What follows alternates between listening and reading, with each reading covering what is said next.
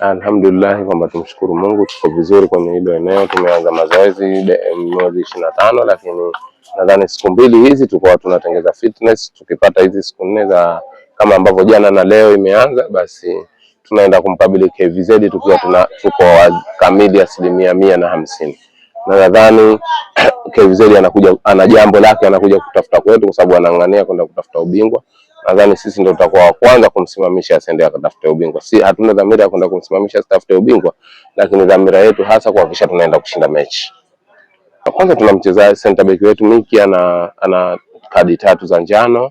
Kwa hiyo tunategemea hata kuwemo kwenye eneo la kucheza, lakini Captain Jack na yeye amepata injury jana katika mazoezi.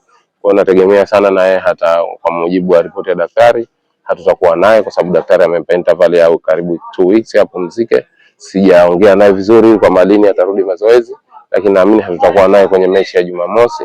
Lakini Mungu amejalia mafunzo, tuna kikosi kipana, kwa hiyo wako wachezaji watatumika, na hilo halina hofu kuwakosa wachezaji, kwa maana kwenye kila line tuna watu wengine ambao wanaweza kutumika. Kama unaona vizuri, tulikuwa hatuchezi na Miki, lakini tulikuwa tunacheza na watu wengine. Miki amerudi katika mechi hizi za karibuni, lakini kama unakumbuka vizuri, hatukuwa tunacheza na Jaco, tulikuwa tunacheza na watu wengine. Lakini mechi zote pia tulizocheza, Jaco anaingia, akiingia basi ana dakika 45 anapumzika.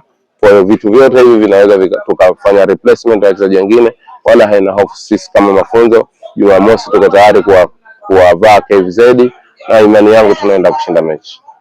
Watarajie na kila jambo zuri ambalo analitarajia. Hatutegemei, dhamira yetu mafunzo kuhakikisha tunaenda kushinda kombe la FA, tunaenda kucheza vizuri kwenye kombe la Muungano, ndio dhamira yetu. Lakini pia dhamira nyingine kuhakikisha tunamaliza katika nafasi 4 za juu katika ligi. Kwa hiyo nadhani tuna nafasi ya kufanya hivyo yote katika mambo yote matatu. Kwa hiyo mafunzo yatarajia mambo yote matatu kutokea. Muhimu kuliko yote ni kutupa ushirikiano, viongozi, wachezaji, benchi la ufundi na washabiki. Wakitupa mashirikiano, basi kwa vitu vyote vitatu vinaweza kutokea, na mimi imani yangu inawezekana, na Mungu atatusaidia inshallah. Maandalizi haya tunayofanya hatuyafanyi kwa ajili ya mechi ya KVZ. Maandalizi tunayafanya kwa ujumla wake kwa ajili ya kombe la Muungano, kombe la FA, ligi, na hatujiandai kwa ajili ya timu moja. Kwa hiyo nadhani kwa sababu huu ni mwezi wa mwisho wa mwezi wa 3, na kombe la Muungano kama sikosei linaanza tarehe 21 ya mwezi wa 4. Kwa maandalizi haya ni kuelekea kombe la Muungano, lakini baada ya mechi 2 za mzunguko tunaenda kwenye kombe la FA. Kwa maandalizi haya kwa ajili ya kombe la FA, lakini Jumamosi tunaanza ligi. Maandalizi haya kwa ajili ya ligi. Kwa ujumla wake tunajiandaa katika maeneo yote matatu.